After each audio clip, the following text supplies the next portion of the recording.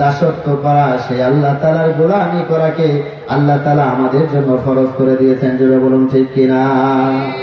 আল্লাহর গোলামি করতে হবে, আল্লাহর দাসত্ব করতে হবে। কেননা আল্লাহ আমাদের সৃষ্টি করেছেন, আমাদের পূর্বে যারা এসেছিলেন তাদেরকেও সৃষ্টি করেছেন। এই দাসত্ব বা এই গোলামি করার উদ্দেশ্যে আল্লাহ সৃষ্টি করেছেন। আল্লাহ তাআলা বলেন, ওমা খালাকুতুল জিন্না ওয়াল ইনসা ইল্লা লিয়াবুদুন। বলি আল্লাহু আকবার। আল্লাহ তাআলা বলেন, মানুষ জাতি আর জিন জাতিকে শুধুমাত্র আমি আল্লাহ তাআলার দাসত্ব, আমি আল্লাহ তাআলার গোলামি করার জন্য সৃষ্টি করেছি। দাস, আমরা গোলাম কার? সবাই জোরে বলুন, কার গোলাম? আল্লাহর গোলাম। গোলামি করা লাগবে। আর এই গোলামি হতে হবে জীবনের সকল ক্ষেত্রে। শুধু গোলামি নামাজের মধ্যে করলে হবে না, শুধু গোলামি রোজার মধ্যে করলে হবে না, হজ আর যাকাতের মধ্যে গোলামি করলে হবে না। মানুষ মারা গেলে শুধু সেই জায়গায় ইসলামের গোলামি করলে চলবে না। আমি যখন আমার রাজনীতি করব, আমি যখন আমার অর্থনৈতিক বিষয়ে লেনদেন করব, আমি যখন আমার শিক্ষানীতি চালাবো, আমি যখন আমার সমাজনীতি পরিচালনা করব, সবগুলো কিসের আলোকে হতে হবে? জোরে বলুন, কিসের আলোকে? কোরআনের আলোকে হতে হবে। এবং জীবনের সকল দিকে গোলামি করা লাগবে কার? আল্লাহ তাআলার। ব্যক্তি জীবনে গোলামি করতে হবে আল্লাহর, পারিবারিক জীবনে গোলামি করতে হবে আল্লাহর, সামাজিক জীবনে গোলামি করতে হবে আল্লাহর, রাষ্ট্রীয় জীবনে জোরে বলুন গোলামি করা লাগবে কার? জীবনের সকল সেক্টরে গোলামি হওয়া লাগবে আল্লাহ তাআলা। ইসলামের কিছু অংশ আল্লাহর গোলাম হয়ে করব, আর কিছু অংশ মানুষের গোলাম হয়ে করব। এটা আল্লাহ তাআলা কখনো গ্রহণ করবেন না। ইসলাম পরিপূর্ণ জীবন ব্যবস্থা। ইন্নাদ-দীনা ইনদাল্লাহিল ইসলাম। আল্লাহ তাআলা বলেন, নিশ্চয় আমি আল্লাহর নিকট তোমাদের জন্য মনোনীত জীবন ব্যবস্থার নাম হলো ইসলাম। আল্লাহ যে জীবন ব্যবস্থা আমাদের জন্য মনোনীত করেছেন সেটার নাম কি? সবাই যারা বলুন, সেটার নাম কি? ইসলাম। তাহলে জীবনের সকল ক্ষেত্রে ইসলামের অনুসরণ করা লাগবে। ইসলামকে বাদ দিয়ে আমরা যদি অন্য কোনো মতাদর্শ অনুসরণ করি, কেউ দেখা যায় তার বাবার আদর্শ বাস্তবায়নের জন্য আন্দোলন করে, বলেন আছে না নাই? কেউ তার স্বামীর আদর্শ বাস্তবায়ন করার জন্য আন্দোলন করে, কেউ চাচার আদর্শ বাস্তবায়ন করার জন্য আন্দোলন করে, মানুষের বিভিন্ন রকম মানুষের আদর্শ বাস্তবায়ন করার জন্য আন্দোলন করে, মানুষের আইন তৈরি করা মতবাদ, ধর্ম নিরপেক্ষ মতবাদ, মানুষের তৈরি করা আইন মতবাদের নাম হলো জাতীয়তাবাদ, মানুষের তৈরি করা মতবাদের নাম হলো পুঁজিবাদ, মানুষের তৈরি করা মতবাদের নাম হলো সমাজতন্ত্র। এই ধরনের মতবাদ প্রতিষ্ঠার জন্য আন্দোলন মানুষ করে কি করে না? জোরে বলুন, করে কি করে না? তাহলে মানুষের তৈরি করা আদর্শ প্রতিষ্ঠার জন্য আন্দোলন করা যাবে না। যে আদর্শ প্রতিষ্ঠার জন্য আন্দোলন করতে হবে সেই আদর্শের নাম হচ্ছে নবী মুহাম্মদুর রাসূলুল্লাহ সাল্লাল্লাহু আলাইহি ওয়াসাল্লামের আদর্শ। জোরে বলুন ঠিক কিনা? লাকাদ কানা লাকুম ফি রাসূলিল্লাহি উসওয়াতুন হাসানাহ। আল্লাহ তাআলা বলেন, তোমাদের জন্য উত্তম আদর্শ হলো তোমাদের রাসূল সাল্লাল্লাহু আলাইহি ওয়াসাল্লামের জীবনে আমাদের সকল দিকের আদর্শ রয়েছে। জোরে বলুন ঠিক কিনা? আল্লাহ নবী মুহাম্মদুর রাসূলুল্লাহ সাল্লাল্লাহু আলাইহি ওয়াসাল্লাম আমাদেরকে নামাজ পড়ার শিক্ষা দিয়েছেন। আল্লাহ নবী মুহাম্মদুর রাসূলুল্লাহ সাল্লাল্লাহু আলাইহি ওয়াসাল্লাম আমাদেরকে রোজা করার শিক্ষা দিয়েছেন। আল্লাহ নবী মুহাম্মদুর রাসূলুল্লাহ সাল্লাল্লাহু আলাইহি ওয়াসাল্লাম আমাদেরকে যুদ্ধ করার নীতিও শিক্ষা দিয়েছেন। আল্লাহ নবী মুহাম্মদুর রাসূলুল্লাহ সাল্লাল্লাহু আলাইহি ওয়াসাল্লাম আমাদেরকে রাজনীতি করার শিক্ষা দিয়েছেন। আল্লাহ নবী মুহাম্মদুর রাসূলুল্লাহ সাল্লাল্লাহু আলাইহি ওয়াসাল্লাম আমাদেরকে রাষ্ট্র পরিচালনা করার নীতি শিক্ষা দিয়েছেন। জোরে বলুন ঠিক কিনা? আল্লাহ নবী মুহাম্মদুর রাসূলুল্লাহ সাল্লাল্লাহু আলাইহি ওয়াসাল্লাম অর্থনীতি কিভাবে পরিচালনা করতে হবে এই শিক্ষা আমাদেরকে দিয়েছেন। শিক্ষানীতি কিভাবে প্রণয়ন করতে হবে, শিক্ষা কিভাবে সন্তানদেরকে দিতে হবে, এই শিক্ষা নবীজি মুহাম্মদ সাল্লাল্লাহু আলাইহি ওয়াসাল্লাম দিয়েছেন না দেন নাই? জোরে বলুন, দিয়েছেন না দেন নাই? জীবনের সকল ক্ষেত্রে শিক্ষা নবীজির আছে। সেই শিক্ষা বাস্তবায়নের জন্য আন্দোলন করা লাগবে। একজন মুমিন বান্দা, একজন ইমানদার বান্দা যে নিজেকে মুমিন বলে দাবি করে, সে কখনো মানুষের তৈরি করা মতবাদ, মানুষের আদর্শ বাস্তবায়ন করার জন্য আন্দোলন করতে পারে না। বলেন পারে কি? মানুষের তৈরি করা আন্দোলন প্রতিষ্ঠা করার মানে হচ্ছে তাগুতি শক্তি জমিনের মুখে কায়েম করার চেষ্টা করা। করে বলুন ঠিক কিনা? আমাদের দেশ 1971 সালে স্বাধীন হয়েছে। অদ্যাবধি পর্যন্ত যারা সরকার প্রধান ছিল সবাই ছিল মুসলমান। যারা বলুন ঠিক কিনা? তারা সবাই মুসলমান ছিল, দাবিদার মুসলমান ছিল। তারা রাষ্ট্র চালিয়েছে। তাদের রাষ্ট্র চালানোর মধ্য দিয়ে এদেশের মানুষ কি শান্তি কখনো খুঁজে পেয়েছে? যারা বলুন শান্তি কি খুঁজে পেয়েছে? এদেশের মানুষকে তারা কোনোদিনও শান্তি দিতে পারে নাই। কেমন পর্যন্ত মানুষের আদর্শ, স্বামীর আদর্শ, বাবার আদর্শ আর চাচার আদর্শ প্রতিষ্ঠার জন্য যদি আন্দোলন করা হয়, সেই আন্দোলন দিয়ে যদি রাষ্ট্র চলে, সমাজ চলে, কেমন পর্যন্ত মানুষকে কখনো শান্তি দিতে পারবে না। ধরে বলুন ঠিক কিনা? শান্তি দিতে পারে কেবলমাত্র যেই মতবাদ, যে গ্রন্থ, সেটার নাম হলো কোরআন। সবাই ধরে বলুন সেটার নাম কি? কোরআন। এই কোরআনে সব কিছুই আছে। সেটা প্রতিষ্ঠার জন্য আন্দোলন করা, সেটা প্রতিষ্ঠার জন্য চেষ্টা করা মুমিনের জন্য 1 নাম্বার দায়িত্ব এবং কর্তব্য। ইসলামী আন্দোলন তথা কোরআন প্রতিষ্ঠার আন্দোলন ইমানদারের অপরিহার্য দাবি। জোরে বলুন ঠিক কিনা? সবাই জোরে বলুন ঠিক কিনা? কারণ আল্লাহ তাআলা দ্বীনকে পরিপূর্ণ করে দিয়েছেন। ইসলাম আমাদের জন্য পরিপূর্ণ। Islam is not only a religion but also complete code of life. ইসলাম শুধু একটা ধর্মের নাম না, ইসলাম হচ্ছে পরিপূর্ণ একটা জীবন ব্যবস্থা। বলি সুবহানাল্লাহ, আলহামদুলিল্লাহ। এটা কে? আল্লাহ তাআলা আমাদেরকে দিয়েছেন। আল্লাহ তাআলা কোরআনুল কারীমে বলেছেন এই ব্যাপারে, আল-ইয়াওমা আকমালতু লাকুম দীনাকুম ওয়া আতমামতু আলাইকুম নি'মাতি ওয়া রাদিতু লাকুমুল ইসলাম দীনা। বলি আল্লাহু আকবার। আল্লাহ তাআলা বলে সূরা মায়দার মধ্যে, মদিনায় নাজিলকৃত সূরা, এটা সর্বশেষ নাজিলকৃত আয়াত। এই আয়াত নাজিল করার মধ্য দিয়ে আল্লাহ তাআলা রাসূল সাল্লাল্লাহু আলাইহি ওয়াসাল্লামকে জানালেন, হে আল্লাহর নবী, এই দ্বীনকে আমি আপনার উপর পরিপূর্ণ করে দিলাম। এই দ্বীনের মধ্যে, ইসলামের মধ্যে জীবনের সকল দিকের সমাধান রয়েছে। জুড়ে বলি সুবহানাল্লাহ। এই সমাধান কে দিয়েছেন? সবাই জুড়ে বলুন কে দিয়েছে? তাহলে আমরা যারা মানুষ, আমাদের রাজনীতি করা লাগে, আমাদের অর্থনৈতিক লেনদেন করা লাগে, আমাদের শিক্ষা অর্জন করা লাগে, আমাদের পরিবার চালাতে হয়, আমাদের সমাজ চালাতে হয়, বলেন হয় কি হয় না? তাহলে সকল দিকে ইসলামের সুষ্ঠু সমাধানের দরকার আছে না নাই? জোরে বলুন আছে না নাই? কেউ কেউ আবার বলে ইসলামে কোনো রাজনীতি নাই, এরকম লিডার, এরকম নেতা সমাজে বলেন তো আছে না নাই? বলে ইসলামের সাথে রাজনীতির কোনো সম্পর্ক নাই।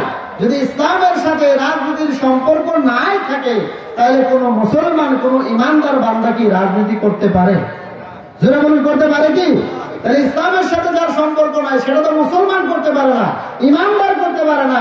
যদি ইমানদার করতে পারে তাহলে সেটা ইসলামের সাথে সম্পর্ক থাকা লাগবে এবং থাকাটা অবশ্যম্ভাবী। জোরে বলুন ঠিক কিনা? যারা বলে ইসলামের সাথে রাজনীতি নেই, ইসলামের মধ্যে রাজনীতি নেই, তারা মূলত আমাদের মুসলমানদের মাথার উপর কাঁঠাল ভেঙে তারা যুগ যুগ ধরে খেতে চায়। জোরে বলুন ঠিক কিনা?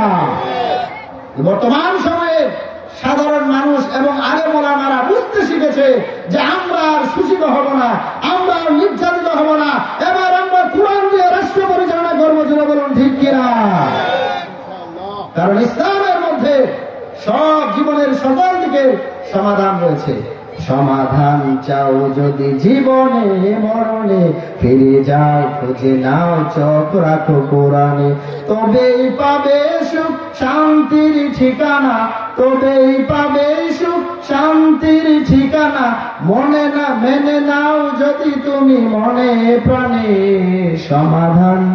সমাধান চাও যদি জীবনে মরণে, ফিরে যাও খুঁজে নাও চোখ রাখো কোরআনে। জীবনের সকল ক্ষেত্রে সমাধান পাইতে হলে কোথায় যাওয়া লাগবে? সবাই জেনে বলুন কার মধ্যে যেতে হবে? কোরআনের মধ্যে যেতে হবে। কারণ নবীজি হাদিস শরীফে বলেন, মান ক্বালা বিহি সাদাকাহ, যে ব্যক্তি কোরআন দিয়ে কথা বলে সেই ব্যক্তি সত্য কথা বলে। কোরআন দিয়ে কথা বললে জুড়ে বলুন কি কথা বলে? কারণ এই কোরআনের মধ্যে কোনো ভুল, যালিকাল কিতাবু লা রাইবা ফীহ, এটা এমন এক কিতাব যে কিতাবের মধ্যে ভুল নাই। ভুল তো দূরের কথা, ভুল আছে এ ব্যাপারে সন্দেহ করার কোনো সুযোগ নাই। বলেন আছে কি? তাহলে যে কোরআন দিয়ে কথা বলে সে কি কথা বলে? বাবার আদর্শ দিয়ে কথা বললে এটা সত্য কথা হতে পারে না। স্বামীর আদর্শের কথা বললে সেটা সত্য হতে পারে না। কোন নেতা নেত্রীর আদর্শের কথা বললে ওই কথাটা সত্য হতেও পারে, নাও হতে পারে। কিন্তু কোরআন দিয়ে যদি কেউ কথা বলে এটা সত্য হবে কি হবে না? সবাই জুড়ে বলুন হবে কি হবে না? এই জন্য বক্তা যারা আসবেন, বক্তা যাদেরকে নিয়ে আসবেন তাদেরকে বলবেন কথা বললে কোরআন দিয়ে বলা লাগবে। জুড়ে বলুন ঠিক কিনা? ওয়ামান আমিলা বিহি উজিরা, নবীজি বলেন যে ব্যক্তি কোরআন থেকে আমল করবে, যে ব্যক্তি কোরআন দিয়ে আমল করবে, আল্লাহ তাআলা ওই ব্যক্তিকে এর বিনিময়ে পুরস্কার দিবেন। সুবহানাল্লাহ। কোরআন দিয়ে আমল করলে প্রতিদান পাওয়া যাবে। আপনি যদি স্বপ্নের মাধ্যমে কি দেখেছেন ওইটা শুনে আপনি আমল করা শুরু করলেন, কোন পীর সাহেব আপনাকে কি বলে দিল ওইটা কোরআনের সাথে মিল আছে কিনা আপনি চিন্তাও করলেন না, গবেষণা করলেন না, মিলালেন না, আপনি ওই আমল করা শুরু করে দিলেন। এই ধরনের আমল দিয়ে কোনো সওয়াব পাওয়া যাবে না। সওয়াব পাইতে হলে ওই আমল কোরআনের সাথে মিল আছে কিনা এটা মিলাই নিতে হবে। জোরে বলুন ঠিক কিনা? সবাই জোরে বলুন ঠিক কিনা? আপনি যদি বিচার ব্যবস্থা চালান, এই বিচার ব্যবস্থা কোরআন দিয়ে চলে কিনা বলেন তো? চিন্তা করার দরকার আছে না নাই?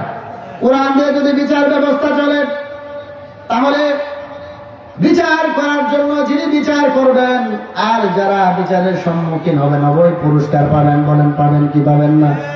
অপরাধী যদি বিচার হয়ে যায়, অপরাধী যদি শাস্তি পায়, শাস্তি পাওয়ার পরে কোরআন দিয়ে যদি বিচার হয়, সে যদি শাস্তি পায়, শাস্তি পাওয়ার পরে আল্লাহ তাআলা তাকে পুরস্কার বলেন তো দিবেন কি দিবেন না? অবশ্যই তাকে পুরস্কার দিবেন। এজন্য সম্মানিত হাজিরিন, আমল করলে কোরআন দিয়ে করা লাগবে, বিচার করলে কোরআন দিয়ে করা লাগবে। কারণ এই কোরআন আল্লাহ তাআলা পাঠিয়েছেন যাতে করে আমরা কোরআন দিয়ে মানুষের মাঝে কি করতে পারি?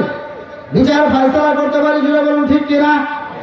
আল্লাহ তাআলা কোরআনুল কারীমে বলেন, ইন্না আনজালনা ইলাইকাল কিতাবা বিল হাক্কি লিতাহকুমা বাইনান নাস বিমা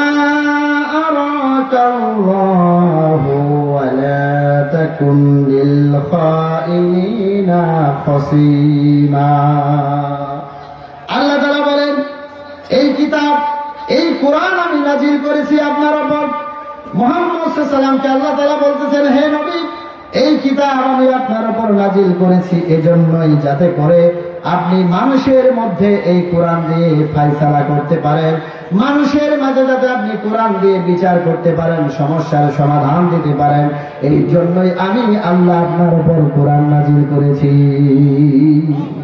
কোরআন শুধু তেলাওয়াত করার জন্য আসে নাই, কোরআন শুধু চুমা খাওয়ার জন্য আসে নাই। একজন মানুষ মারা গেলে তার লাশের পাশে বসে তেলাওয়াত করে তাকে মাটি দিতে কোরআন আসে নাই। কোরআন এসেছে বিশ্ব মানুষের সমস্যার সুষ্ঠু সমাধান দেওয়ার জন্য। জোরে বলুন ঠিক কিনা?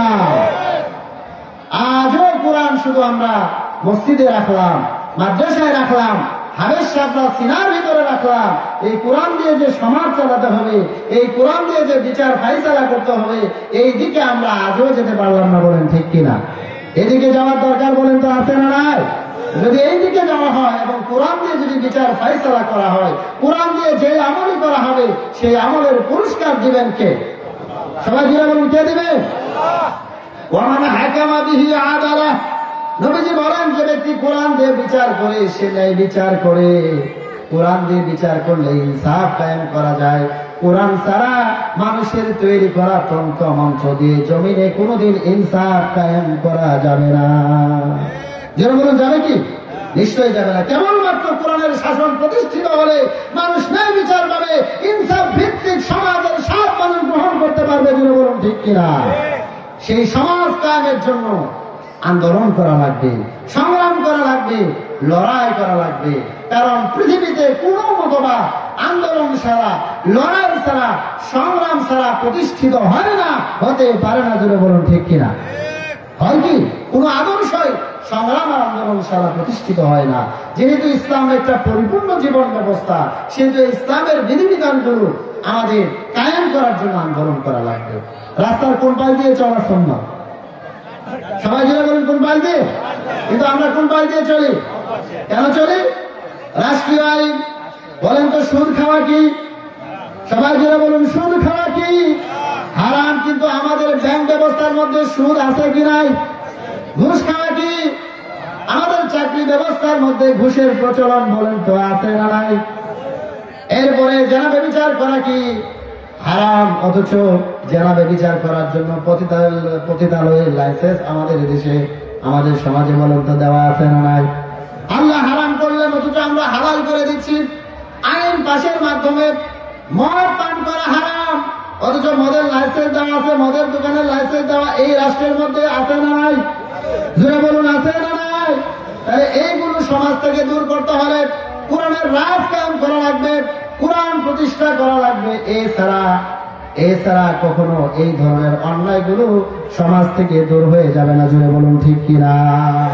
কারণ আল্লাহ তাআলা বলেছেন, ইনিল হুকমু ইল্লা লিল্লাহ, হুকুম দেওয়ার ক্ষমতা আল্লাহ ছাড়া আর কারো নাই। যে আল্লাহর হুকুমে আমরা নামাজ পড়ি, যে আল্লাহর হুকুমে আমরা রোজা করি, যে আল্লাহর হুকুমে আমরা হজ করে যাকাত দেই, সে আল্লাহর হুকুমে আমাদের সমাজ আর রাষ্ট্র পরিচালনা করা লাগবে। জোরে বলুন ঠিক কিনা? আর সেটা প্রতিষ্ঠার জন্য লাগবে হচ্ছে সংগ্রাম আর লড়াই আর আন্দোলন। আল্লাহ পৃথিবীতে যুগে যুগে যত নবী রাসূল পাঠিয়েছিলেন, সবাইকে পাঠানোর উদ্দেশ্য ছিল দ্বীনকে বিজয় করা। দ্বীনকে কি করা? সবাই জুড়ে বলুন, দ্বীনকে কি করা? ওয়াল্লাযী আরসালা রাসূলাহু বিল হুদা ওয়া দীনিল হাক্কি লিইয়ুযহিরাহু আলাদ দীনি কুল্লিহি ওয়ালাউ কারিহাল মুশরিকুন। বলি আল্লাহু আকবার। আল্লাহ তাআলা বলেন, আল্লাহ তাআলা সেই সত্তা যিনি তার রাসূলকে সত্য দিন সহকারে প্রেরণ করেছেন, অর্থাৎ কোরআন দিয়ে আল্লাহ তাআলা নবী মুহাম্মদ সাল্লাল্লাহু আলাইহি ওয়াসাল্লামকে এজন্যই পাঠিয়েছেন যাতে করে তিনি এই কোরআনকে সমস্ত মতবাদের উপর, ধর্মনিরপেক্ষ মতবাদ, পুঁজিবাদ, জাতীয়তাবাদ, সমাজতন্ত্র, মানুষের তৈরি করা আদর্শ, এই সকল আদর্শ আর মতবাদের উপর যাতে করে কোরআনকে তিনি বিজয় আদর্শ হিসেবে প্রতিষ্ঠিত করতে পারেন, এই জন্য আল্লাহ তাআলা নবী মুহাম্মদ সাল্লাল্লাহু আলাইহি ওয়াসাল্লামকে পাঠিয়েছিলেন। রাসূল সাল্লাল্লাহু আলাইহি ওয়াসাল্লামকে পাঠানোর উদ্দেশ্য ছিল দ্বীনকে, কোরআনকে বিজয় করা। যেন বলুন ঠিক কিনা? এই কোরআন বিজয়ের জন্য রাসূল সাল্লাল্লাহু আলাইহি ওয়াসাল্লাম এবং তার সাহাবারা আন্দোলন করেছেন। শুধু কি তাই? যুগে যুগে যত নবী রাসূল পাঠিয়েছিলেন, আল্লাহ তাআলা সকল নবী রাসূলকে আল্লাহ তাআলা দায়িত্ব দিয়েছিলেন কোরআন বিজয় করার। আল্লাহ তাআলা সূরা শুআরা আয়াত নম্বর 11, এখানে আল্লাহ তাআলা বলেছেন, শারা'a লাকুম মিনাদ-দীনি মা ওয়াসসা বিহি নূহান ওয়াল্লাযী আওহায়না ইলাইকা ওয়ামা ওয়াসাইনা বিহি ইব্রাহীমা ওয়া মূসা ওয়া ঈসা আন আকিমুদ-দীন ওয়া লা তাতাফাররাকু ফীহি। আল্লাহ তাআলা বলেন, এই দিনকে আমি তোমাদের জন্য লিপিবদ্ধ করে দিয়েছি, আর আমি ওহী করেছি হযরত নূহ আলাইহিস সালামের উপর, আমি ওহী করেছি ইব্রাহিম আলাইহিস সালামের উপর, মূসা আলাইহিস সালামের উপর, ঈসা আলাইহিস সালামের উপর। এইভাবে সকল নবীদের উপর আমি ওহী করেছি। তাদেরকে বলেছি, আনা আকিমুদ-দীন ওয়া লা তাতাফাররাকু ফীহি। তাদের সবাইকে ওহী করে আমি ওয়ার্ডার করে নির্দেশ দিয়ে আমি বলেছি, তোমরা দ্বীন কায়েম করো, আর দ্বীন কায়েম করার ব্যাপারে তোমরা কোনো মত পার্থক্য করো না। জুড়ে বলো নির্দেশ কার? সবাই জুড়ে বলো নির্দেশ কার? তোমরা দ্বীন কায়েম করো, আর দ্বীন কায়েমের ব্যাপারে, ইসলাম প্রতিষ্ঠা করার ব্যাপারে কোনো মত পার্থক্য করো না। আল্লাহ কোরআনে বলেছেন, আকিমুস সালাহ, নামাজ কায়েম করো। এরপরে কিন্তু কোথাও বলা হয় নাই ওয়ালা তাতাফাররাকু ফি, নামাজ কায়েমের ব্যাপারে কোনো মত পার্থক্য করো না। কোরআনের একটাও তো আপনি এরকম খুঁজে পাবেন না, কারণ আল্লাহ তাআলা জানেন নামাজের ব্যাপারে কেউ মতভেদ করবে না, যাকাতের ব্যাপারে মতভেদ করবে না, হজের ব্যাপারে মতভেদ করবে না। এই জন্য এরপর ওয়ালা তাতাফাররাকু ফি বলা হয়নি। দিন কায়েমের ব্যাপারে মতভেদ বলেন তো আছে না নাই? বলেন আছে না নাই? অনেকে মনে করে নামাজ পড়বো, রোজা করবো, হজ করবো, যাকাত দিব, হারাম হারাম বেঁচে খাবো, এটাই তো যথেষ্ট। তাহলে দিন কায়েমের দরকার কি? আন্দোলন করার দরকার কি? এরকম চিন্তার মানুষ আমাদের সমাজে বলেন তো আছে না নাই? বলেন আছে না নাই? বলে এই সকল ঝুট ঝামেলার মধ্যে আমি নাই, আমি নামাজ পড়বো, রোজা করবো, হালাল হারাম বেঁচে খাবো, এটাই আমার জন্য যথেষ্ট না। দিন কায়েমের আন্দোলন করা নামাজ রোজার মতোই ফরজ, জোরে বলুন ঠিক কিনা? যে আয়াত দিয়ে আল্লাহ নামাজ ফরজ করেছেন আকিমুস সালাহ, ওই আয়াত দিয়ে আল্লাহ তাআলা বলেছেন আকিমুদ্দিন, একই আয়াত, নামাজ কায়েম করো, দিন কায়েম করো। নামাজের কথা বলা হয়েছে কোরআনে কত জায়গায়? বলেন কয় জায়গায়? 82 জায়গায়। আর আল্লাহর জন্য আল্লাহর দিন কায়েম করতে হবে, এ ব্যাপারে আল্লাহ তাআলা বক্তব্য দিয়েছেন কোরআনের 500-এরও বেশি আয়াতের মধ্যে। সুবহানাল্লাহ। তাহলে গুরুত্ব তো কেমন নয়? এই দিন কায়েমের জন্য আল্লাহ রাব্বুল আলামিন রাসূল সাল্লাল্লাহু আলাইহি ওয়াসাল্লামকে রোজা কাজা করিয়েছেন। বদর যুদ্ধ কোন মাসে হয়েছে? সবাই জেনে বলুন কোন মাসে? রমজান মাসে বদর যুদ্ধ হলো। সাহাবারা রোজা ছিলেন। নবীজি ভাবলেন তারা যদি রোজা থেকে যুদ্ধ করে, লড়াই করে, তাদের জন্য কষ্টকর হয়ে যাবে। নবীজি ফরজ রোজা ভাঙলেন, সাহাবীদেরকে রোজা ভেঙে ফেলতে বললেন, সবাই রোজা ভাঙলেন। আর লড়াই করে মুসলমানরা বদরের যুদ্ধে জয়লাভ করলেন। তাহলে দিন কায়েমের জন্য নবীজি ফরজ রোজা কি করেছেন? ছেড়ে দিয়েছেন। খন্দক যুদ্ধের সময় নবীজি এক এক করে 5 ওয়াক্ত নামাজ, ফরজ নামাজ ছেড়ে দিয়েছেন খন্দক খনন করার জন্য। কি জন্য? খন্দক খনন করার মাধ্যমে কাফের বেঈমানদের সাথে লড়াই করে ইসলামকে বিজয় করার জন্য নবীজি নামাজ ছেড়ে দিয়েছেন, পরে কাজা আদায় করেছেন। তাহলে দিন কায়েমের জন্য রোজা ছেড়ে দেওয়া যায়, দিন কায়েমের জন্য নামাজ ছেড়ে দেওয়া যায়। তাহলে সেই দিন কায়েমের গুরুত্ব বলেন তো কম না বেশি? সবাই মিলে বলুন কম না বেশি? এই জন্য ইমামের অপরিহার্য দাবি হচ্ছে আল্লাহর জন্য আল্লাহর রাজ কায়েম করা, জন্য বলুন ঠিক কিনা? যারা বলে দিন কায়েম করার দরকার নাই, নামাজ পড়বো, রোজা করবো, হজ যাকাত করবো, আর হালাল হারাম বেঁচে খাবো, এটাই যথেষ্ট, আমি বলবো আপনি প্রকৃত ইমানদার হতে পারেন না। আব্দুল্লাহ ইবনে উবাই নাম শুনেছেন আপনারা? আব্দুল্লাহ ইবনে উবাই সে কি রাইসুল মুনাফিকিন, মুনাফিকদের সর্দার তাকে বলা হয়। সে কেন মুনাফিক হয়ে গেল? সে রাসূলুল্লাহ সাল্লাল্লাহু আলাইহি ওয়াসাল্লামের পেছনে নামাজ পড়েছে, রোজা করেছে, হজ করেছে, যাকাত দিয়েছে, দান সদকা করেছে, রাসূল সাল্লাল্লাহু আলাইহি ওয়াসাল্লামের মতো ছোট বাচ্চাদের মাথায় হাত বোলায় দিয়েছে। ইসলামের এমন কোন কাজ নাই সে করে নাই, সবগুলো ঠিকঠাক মতো করেছে। কিন্তু সে এটা চায় নাই নবীজির আদর্শ বাস্তবায়িত হোক আর কোরআন রাষ্ট্রীয় ভাবে ক্ষমতায় যাক, অর্থাৎ ইসলাম কায়েম হোক, এটা সে মনে মনে চায় নাই। 300 জন সাহাবীকে নিয়ে যখন উহুদের যুদ্ধ থেকে পলায়ন করেছে, আল্লাহ তাআলা তাকে মুনাফিক হিসেবে পরিচয় করায় দিয়েছে। জোরে বলুন ঠিক কিনা?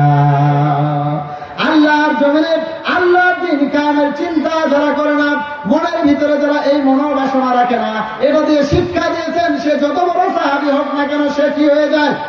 মুনাফিক। সবাই জুড়ে বলুন কি হয়ে যায়? নবীজি এজন্য হাদিস শরীফে বলেছেন যে ব্যক্তি দিন কায়েম করলো না, দিন কায়েমের মনোবাসনা তার মনের ভিতরে রাখলো না, এই অবস্থায় যদি সে মৃত্যুবরণ করে, মাতা মিনান নিফাক, সে ব্যক্তি যেন মুনাফিকের মৃত্যুবরণ করলো। জোরে বলি নাউযুবিল্লাহ। দিন কায়েম করা ছাড়া, আমার আগের বক্তা সুন্দর আলোচনা করছিলেন কোরআন থেকে, সূরা সফ থেকে তিনি বলছিলেন যে হে ইমানদারগণ, আমি কি তোমাদের এমন একটা ব্যবসার কথা বলে দিব না যে ব্যবসা করলে আল্লাহ তোমাদের কি করবেন? কঠিন শাস্তি থেকে মুক্তি দিবেন। এই সূরা সফের মধ্যে আল্লাহ তাআলা বলেছেন কঠিন শাস্তি থেকে মুক্তি দিবেন। সেই ব্যবসাটা কি? আল্লাহ তার রাসূলের প্রতি ঈমান আনা, আর তুজাহিদুনা ফি সাবিলিল্লাহি বিআমওয়ালিকুম ওয়া আনফুসিকুম, যালিকুম খায়রুল লাকুম ইন কুনতুম তা'লামুন। এরপরের কাজটাই হলো জান ও মাল দিয়ে আল্লাহর জমিনে আল্লাহর দ্বীন কায়েম করার জন্য লড়াই করার জন্য। বলুন ঠিক কিনা? কোরআনের মধ্যে আল্লাহ তাআলা বলেছেন এটা হলো কঠিন শাস্তি থেকে মুক্তি পাওয়ার পথ হলো জান্নাত মাল দিয়ে লড়াই করা। আবার আল্লাহ তাআলা সূরা তাওবার 39 নম্বর আয়াতে বলেছেন, ইল্লা তাগফিরু ওয়ায়ুযিবকুম আযাবান আলীমা ওয়া ইস্তাবদিল কওমান গায়রাকুম ওয়া লা তাদুররুহু শাইআ ওয়াল্লাহু আলা কুল্লি শাইইন কাদির। আল্লাহ তাআলা বলেন, তোমরা যদি আল্লাহর দ্বীন আল্লাহর জমিনে কায়েম করবার জন্য ঘর থেকে বাহির না হও, আমি আল্লাহ তাআলা তোমাদেরকে ইউযিবকুম আযাবান আলীমা, কঠিন যন্ত্রণাদায়ক শাস্তি দিব। জুড়ে বলি নাউযুবিল্লাহ। দ্বীন কায়েমের কাজ করলে এক জায়গায় বললেন কঠিন শাস্তি থেকে মুক্তি দিবেন, আরেক জায়গায় বললেন দ্বীন কায়েমের জন্য যদি তোমরা ঘর থেকে বাহির না হও তোমাদেরকে কঠোর শাস্তি দেওয়া হবে। তোমাদের পরিবর্তন করে দিয়ে সেখানে আরেকটা জাতি স্থলাভিষিক্ত করা হবে, তারা আল্লাহর জমিনে আল্লাহর দ্বীন কায়েমের জন্য আন্দোলন করবে। তোমরা আল্লাহর কোনো ক্ষতি করতে পারবে না। সম্মানিত বন্ধুগণ আমার, যুবক ভাইয়েরা আমার, আপনি আর আমি এই কোরআন বিজয়ের আন্দোলন করি আর না করি, এই কোরআন বিজয়ের জন্য সিদ্ধান্ত নিয়েছেন কে? সবাই জুড়ে বলুন, কে নিয়েছে? তারা তাদের মুখের ফুৎকার দিয়ে আল্লাহর আলোকে নিভিয়ে দিতে চায়, কিন্তু আল্লাহ তাআলা চান তার আলোকে প্রজ্বলিত করতে। সুবহানাল্লাহ। কোরআন বিজয় করার সিদ্ধান্ত নিয়েছেন কে? কাজে এই কোরআন আপনি যদি সাথে থাকেন আপনাকে সাথে নিয়ে বিজয় হবে, আর আপনি যদি সাথে নাও থাকেন এই কোরআন নিজস্ব গতিতে অন্য কাউকে নিয়ে বিজয়ের দ্বার প্রান্তে পৌঁছে যাবে। যদি বলুন ঠিক কিনা? পাকিস্তানি সঙ্গীত শুনছিলেন আপনারা, এই কি চমৎকার করে সঙ্গীতের মাধ্যমে বোঝালেন যে কোনো একদিন এদেশের আকাশে কালিমার পতাকা উড়বে। কালিমা এদেশের পতাকা, কালিমার পতাকা এদেশে উড়বে উড়বে, এতে কোনো সন্দেহ নাই। আপনি এই আন্দোলনের সাথে থাকেন আর না থাকেন, কারণ এই কোরআনকে বিজয় করার সিদ্ধান্ত নিয়েছেন কে? সবাই জিয়া বলুন, কে নিয়েছে? এই জন্য সম্মানিত হাজির, নামাজ রোজা মতোই ফরজ হচ্ছে দ্বীন বিজয় করা, কোরআনকে বিজয় করার আন্দোলন করা। এই বিজয়ের আন্দোলন যারা করবে আল্লাহ রাব্বুল আলামিন তাদের সম্পর্কে বলেন, ইন্নাল্লাহা আশতারা মিনাল মুমিনিনা আনফুসাহুম ওয়া আমওয়ালাহুম বিআন্না লাহুমুল জান্নাহ। বলি আল্লাহু আকবার। আল্লাহু আকবার। আল্লাহ তাআলা বলেন, নিশ্চয় মুমিনদের জান এবং মাল আল্লাহ তাআলা ক্রয় করে নিয়েছেন। মুমিনদের জান এবং মাল আল্লাহ তাআলা কিনে নিয়েছেন, বিনিময়ে তাদেরকে দিবেন জান্নাত। সুবহানাল্লাহ। এই জান কার? বলেন তো, জীবন কার? মাল বা সম্পদ এটা কার? জান আল্লাহর, মাল ও আল্লাহর। কিন্তু আল্লাহ কিনতে চাইলো কেন? আল্লাহ কিনতে চাওয়ার কারণ হলো এই জান আর মাল আপনাকে আর আমার কাছে আল্লাহ তাআলা আমানত হিসেবে দিয়েছেন। এরপরে এটা খরচ করার মতো একটা স্বাধীন ইচ্ছা আল্লাহ তাআলা আপনাকে আর আমাকে দিয়েছেন। আপনি চাইলে এই জান আর মাল দিয়ে আল্লাহর জমিনে আল্লাহর দ্বীন প্রতিষ্ঠার জন্য আন্দোলন করতে পারেন। আর আপনি চাইলে চাচার আদর্শ, স্বামীর আদর্শ বা বাবার আদর্শ, মানুষের তৈরি করা আদর্শ আর মানুষের তৈরি করা মতবাদ প্রতিষ্ঠার জন্য আন্দোলন করতে পারেন। জোরে বলুন, পারেন কি পারেন না? আপনাকে ইচ্ছা স্বাধীনতা দেওয়া হয়েছে। আপনি চাইলে কোরআন বিজয়ের আন্দোলন করতে পারেন, আবার না চাইলে মানুষের তৈরি করা মতবাদ প্রতিষ্ঠার আন্দোলন করতে পারেন কি পারেন না? জোরে বলুন, পারেন কি পারেন না? নাকি মানুষের তৈরি করা মতবাদ প্রতিষ্ঠার আন্দোলন করতে গেলে ফেরেশতারা এসে আপনাকে ঠান্ডা বলবে, এই তুমি মানুষের তৈরি করা আন্দোলন করতে এসছো কেন? তুমি কোরআন বিজয়ের আন্দোলন করো। এরকম কি ফেরেশতারা কখনো করবে? জোরে বলুন, করবে কি? করবে না। এজন্য আপনাকে একটা স্বেচ্ছা স্বাধীন ইচ্ছা শক্তি আল্লাহ তাআলা দিয়েছেন, দিয়ে আল্লাহ তাআলা ইচ্ছাটা কিনতে চেয়েছেন যে হে আমার বান্দারা, আমি তোমাদের জান দিয়েছি, মাল দিয়েছি, আবার এটা দিয়ে তোমাদের স্বাধীন একটা ইচ্ছা শক্তি আমি দিয়েছি। কাজে এই ইচ্ছা শক্তিটা আমি আল্লাহর দ্বীন, আল্লাহর জমিনে কায়েম করার জন্য প্রচেষ্টা চালাই। আল্লাহ তাআলা বলতেছেন, ইউকাতিলুনা ফি সাবিলিল্লাহি ফায়াকতুলুনা ওয়া ইউকতালুন। আল্লাহ তাআলা বলেন, কাজে যেহেতু আমি আল্লাহ তোমাদের কাছ থেকে জান আর মাল কিনে নিয়েছি, বিনিময়ে তোমাদেরকে দিব জান্নাত।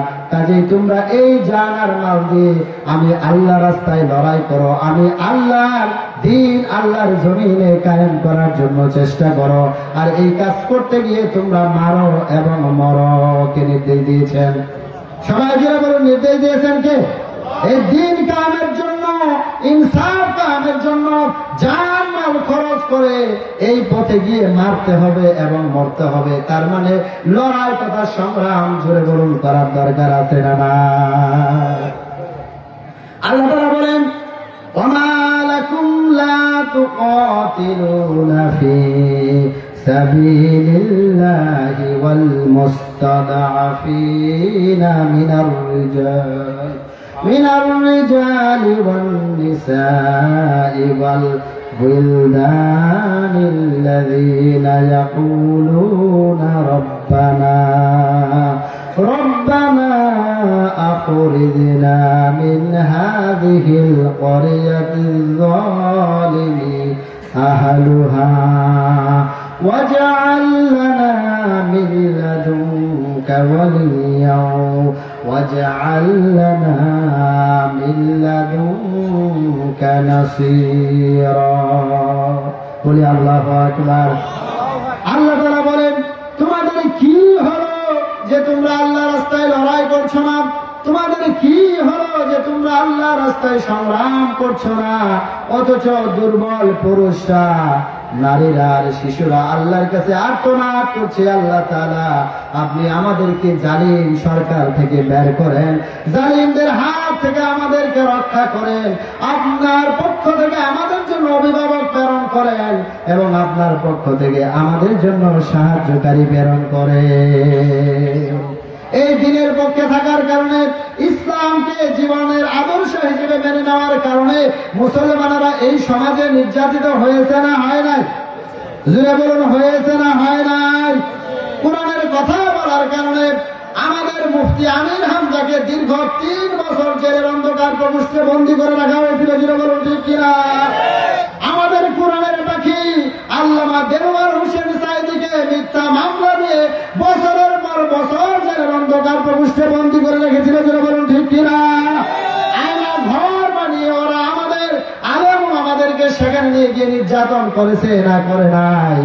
5ই মে 2013 সালের 5ই মে শাপলা চত্বরে আমাদের নিরীহ অস্ত্রহীন আলেম ওলামার মাদ্রাসার ছাত্রদেরকে, শিশুদেরকে দুনিয়া থেকে ওরা বিদায় করে দিয়েছে না দেয় নাই? শুধু তাই নয়, আমাদের পার্শ্ববর্তী রাষ্ট্র ভারতে মুসলমানেরা বলেন তো নির্যাতিত হচ্ছে কি হচ্ছে না? মুসলমানের মসজিদগুলো ওরা উড়িয়ে দিচ্ছে, মুসলমানদেরকে অন্যায়ভাবে ওরা হত্যা করছে এবং মুসলমানদের মসজিদ ভেঙে ওরা মন্দির বানাচ্ছে। জোরে বলুন, ঠিক কিনা? এই সকল জালিমদের বিরুদ্ধে লড়াই তথা সংগ্রাম করার দরকার। জোরে বলুন, আছে না না? নবীজি হাদিস শরীফে বলেছেন, হিন্দুস্তানের বিরুদ্ধে একটা লড়াই হবে কিয়ামতের আগে। হিন্দুস্তানের বিরুদ্ধে একটা লড়াই হবে। হযরত আবু হুরায়রা হাদিসটি বর্ণনা করেছেন। এই লড়াইয়ে আমার যদি সুযোগ থাকে আমি এই লড়াইয়ে অংশগ্রহণ করব। এমনকি এই লড়াইয়ে অংশগ্রহণ করে আমি আমার যত পুরাতন সম্পদ আছে, আমার যত নতুন সম্পদ আছে সব কিছু বিক্রি করে দিব, দিয়ে হলো এই লড়াইয়ে, এই যুদ্ধে অংশগ্রহণ করব। কারণ এই যুদ্ধে যারা নিহত হবে, শহীদ হবে, আল্লাহ তাআলা তাদেরকে সর্বোত্তম শাহাদাতের মর্যাদা দান করবেন। জোরে বলি সুবহানাল্লাহ। দিন কায়েমের জন্য লড়াই করে নিয়ে যারা নিহত হয়, আল্লাহ তাদেরকে মৃত বলতে নিষেধ করেছেন। তাদেরকে বলেছেন তারা মৃত নয়, বরং তারা জীবিত, তারা আল্লাহর কাছে রিজিক প্রাপ্ত হয়। বলে বলি সুবহানাল্লাহ। এই জন্য হিন্দুস্তানের বিরুদ্ধে, এই হিন্দুদের বিরুদ্ধে, ভারতের বিরুদ্ধে আরেকটা লড়াই হবে কিয়ামতের আগে। জোরে বলুন, ঠিক কিনা? সেই লড়াইয়ে যারা অংশগ্রহণ করবে, আল্লাহর নবী হাদিস শরীফে বলেছেন, ওই সকল মুজাহিদদেরকে আল্লাহ তাআলা বিজয় দান করবেন। যারা নিহত হবে, আল্লাহ তাআলা তাদেরকে বদরী শহীদ সাহাবীদের সাথে মর্যাদা দান করবেন। বলি সুবহানাল্লাহ। হযরত আবু হুরায়রা বলেন, আমি সব সম্পদ দিয়ে যদি সেই সময় পর্যন্ত বেঁচে থাকতাম তাহলে লড়াই করতাম, যুদ্ধ করতাম। কেননা ওই যুদ্ধের মুজাহিদরা ওই হিন্দুস্তানের শাসকদেরকে ডান্ডা বেরি করে বন্দী করে নিয়ে আসবে। বলি সুবহানাল্লাহ। বন্দি করে নিয়ে সিরিয়ার দিকে যাবে।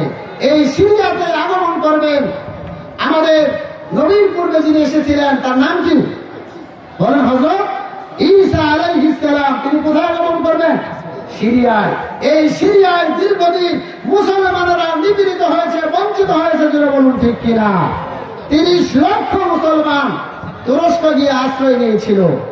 এই সিরিয়ার সরকার দীর্ঘ 50 বছর বাবা আর ছেলে, তার বাবা ছিল, তার বাবা এবং তার হাফিজ আল আসাদ এবং তার ছেলে হলো বাশার আল আসাদ, দুজন মিলে বাবা 36 বছর এবং ছেলে 24 বছর শাসন করেছে এবং মুসলমানদের, সুন্নি মুসলমানদের উপর তারা জুলুম আর নির্যাতনের রুলার চালিয়েছে, যারা বলুন ঠিক কিনা।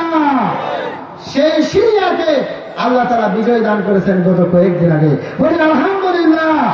নবীজি বলেছেন এই হিন্দুস্তানের বিরুদ্ধে যারা লড়াই করবে তারা বিজয় লাভ করে সিরিয়ায় গমন করবে এবং ওই সময় হযরত ঈসা আলাইহিস সালাম আগমন করবে এবং ঈসা আলাইহিস সালামের সাথে যারা সঙ্গী হবে আল্লাহ তাআলা তাদেরকে বিজয় দান করবেন এবং তারা মুক্ত হিসেবে পৃথিবীতে আগমন করবে। বলি আলহামদুলিল্লাহ। এই জন্য আল্লাহ বলেছেন, কেন লড়াই করছো না, কেন সংগ্রাম করছো না? আজও বাংলার মুসলমানরা সম্পূর্ণরূপে নিরাপদ হতে পারে না, জুড়ে বলুন ঠিক কিনা। যদি নিরাপদ হতো তাহলে আমাদের বুদ্ধিজীবী আইনজীবী সাইফুল ইসলাম আলিফ ভাইকে প্রকাশ্যে চট্টগ্রামের রাজপথে হিন্দুদের উগ্রবাদী সংগঠন ইসকনের সদস্যরা কুপিয়ে কুপিয়ে হত্যা করেছে, জুড়ে বলুন ঠিক কিনা। এই হত্যার বিচার বাংলার জমিনে হতে হবে, জুড়ে বলুন ঠিক কিনা। এবং এই অন্যায়ের বিরুদ্ধে মুসলমানদেরকে জেগে উঠতে হবে, জুড়ে বলুন ঠিক কিনা। সবাই জুড়ে বলুন ঠিক কিনা। এই জন্য সম্মানিত হাজির, আল্লাহ তাআলা বলছেন, তোমরা কেন সংগ্রাম করছো না, তোমরা কেন লড়াই করছো না? কারণ তো এই সমাজের অনেক পুরুষরা নির্যাতিত, নারীরা নির্যাতিত, শিশুরা নির্যাতিত। তারা আল্লাহর কাছে ফরিয়াদ করে, আল্লাহ জালেমের শাসন থেকে আমাদের বের করেন আর আমাদের জন্য আপনার পক্ষ থেকে সাহায্যকারী প্রেরণ করেন এবং আপনার পক্ষ থেকে আমাদের জন্য অভিভাবক তথা নেতা প্রেরণ করেন। আল্লাহ তাআলা আরো বলেন, ওয়াকাতিলুহুম হাত্তা লা তাকুনা ফিতনাতুন ওয়া ইয়াকুনা আদ-দীনু কুল্লুহু লিল্লাহ। আল্লাহ তাআলা বলেন, লড়াই তথা সংগ্রাম চালিয়ে যাও যতক্ষণ পর্যন্ত সমাজ থেকে ফিতনা ফাসাদ দূরীভূত না হয়ে সমস্ত দিনটা আল্লাহর জন্য না হবে, দিনটা পরিপূর্ণভাবে আল্লাহর জন্য না হবে, ততক্ষণ পর্যন্ত লড়াই চালিয়ে যাওয়ার নির্দেশ দিয়েছেন কে? সবাই জুড়ে বলুন, কে দিয়েছে? আর জিহাদু মাদিন ইলা ইয়াউমিল কিয়ামা। নবীজি বলেছেন কিয়ামত দিবস পর্যন্ত যুদ্ধ তথা জিহাদ অব্যাহত থাকবে, যেন বলুন ঠিক কিনা। নবীজি কাছে হাদিস বর্ণনা করেছেন হযরত আবু যর রাদিয়াল্লাহু তাআলা আনহু থেকে বর্ণিত। তিনি বলেন, আমি নবীজিকে জিজ্ঞেস করলাম, হে আল্লাহর রাসূল, ইসলামের মধ্যে আইয়ুল আমালু আফদাল, ইসলামের মধ্যে সর্বোত্তম সর্বশ্রেষ্ঠ কাজ কি? নবীজি বলেছেন, আল ঈমানু বিল্লাহ, আল্লাহর প্রতি ঈমান আনা, ওয়াল জিহাদু ফি সাবিলিল্লাহ, এবং আল্লাহর জমিনে আল্লাহর দ্বীন কায়েম করার জন্য জিহাদ করা। ইসলামের মধ্যে সর্বশ্রেষ্ঠ কাজ হলো প্রথমে ঈমান আনা, 2 নম্বরে কি করা? জিহাদ করা। জোরে বলুন কি করা? সবাই জোরে বলুন কি করা? জিহাদ করা। জিহাদ তথা লড়াই করা ছাড়া ঈমান পরিপূর্ণতা পায় না। জোরে বলুন ঠিক কিনা। সবাই জোরে বলুন ঠিক কিনা। আপনি যদি নিজেকে দাবি করেন আপনি ঈমানদার, মান রাআ মিনকুম মুনকারান ফালিয়ুগাইয়িরহু বিয়াদিহি, যখন অন্যায় দেখবেন তখন 2 হাত দিয়ে বাধা দেওয়া লাগবে। জোরে বলুন ঠিক কিনা। নবীজি বলেন, যে ব্যক্তি 2 হাত দিয়ে বাধা দেয় তার ঈমানটা হলো প্রথম শ্রেণীর ঈমান। আর যে ব্যক্তি 2 হাত দিয়ে বাধা দিতে পারে না, সে মুখের বক্তৃতা দিয়ে ওয়াজ নসিহত করে, বই লিখে সে বাধা দেয়, পত্রিকায় কলাম লিখে বাধা দেয়, এই ব্যক্তি হলো 2য় শ্রেণীর ঈমানদার। এরপরে যে ব্যক্তি অন্তর দিয়ে বাধা দেয়, অন্তর দিয়ে ওই অন্যায়টাকে ঘৃণা করে, সে হলো 3 নম্বরের ঈমানদার। যার ভিতরে এতটুকু নাই তার ভিতরে ঈমান নাই, তার ভিতরে কি নাই? ঈমান নাই। তাহলে আমরা যারা চিন্তা করি যে এই ঝামেলার দরকার নাই, এই আন্দোলনের দরকার নাই, শুধু নামাজ পড়বো, রোজা করবো আর হালাল হারাম বেঁচে খেয়ে আমরা জান্নাতে চলে যাব, বলেন তো এরকম চিন্তা করে কি জান্নাতে যাওয়া সম্ভব? জোরে বলুন, জান্নাতে যাওয়া সম্ভব? যারা দিন প্রতিষ্ঠার আন্দোলন করে না তারা ইমানদার হতে, যারা বলেন তারা ইমানদার হতে পারে না। আল্লাহ তাআলা বলেছেন সত্যবাদী ইমানদার কারা? যারা নিজেদেরকে ইমানের দাবিদার বলে দাবি করে, ওই সকল লোকেরা সত্যবাদী কিনা এটা প্রমাণ দেন। আল্লাহ তাআলা বলতেছেন ইন্নামাল মুমিনুনা আল্লাযীনা আমানু বিল্লাহি ওয়া রাসূলিহি সুম্মা লাম ইয়ারতাবু ওয়া জাহাদু ফি সাবিলিল্লাহি উলাইকা হুমুস সাদিকুন। বলি আল্লাহু আকবার। আল্লাহ তাআলা বলেন ইন্নামাল মুমিনুনা আল্লাযীনা, প্রকৃত ঈমানদার তো হলো তারা, প্রকৃত ঈমানদার হলো তারা যারা আল্লাহ এবং তার রাসূলের প্রতি ঈমান আনে।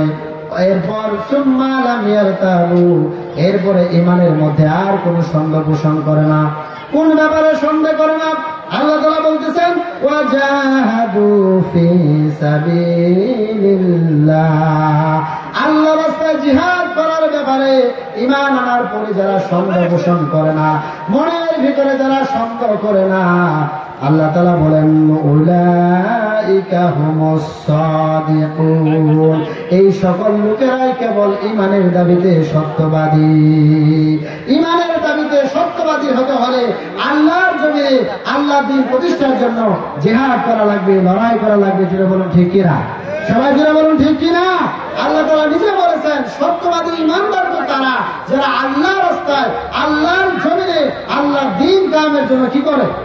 লড়াই করে। যেটা বলুন কি করে? লড়াই করে। এই লড়াই তথা সংগ্রাম এটা একা একাই করা যায় না।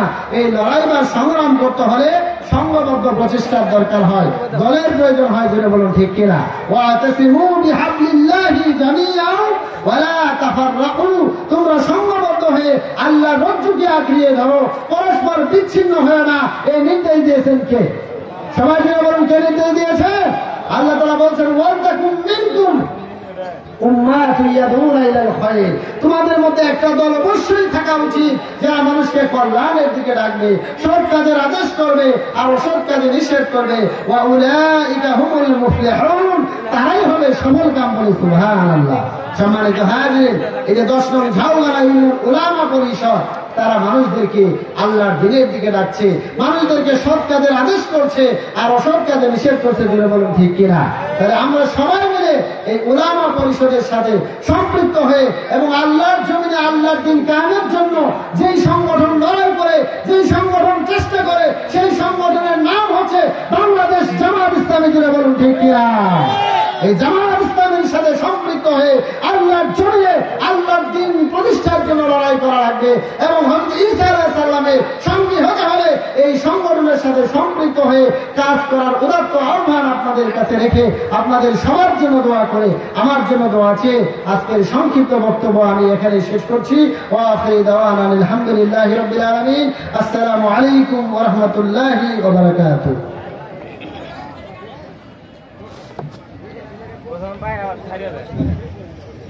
সম্মানিত উপস্থিতি, আপনাদের সম্মুখে পুরানো হাদিসের আলোকে গুরুত্বপূর্ণ বয়ান পেশ করলেন হযরত মাওলানা ফরহাদ রেজা।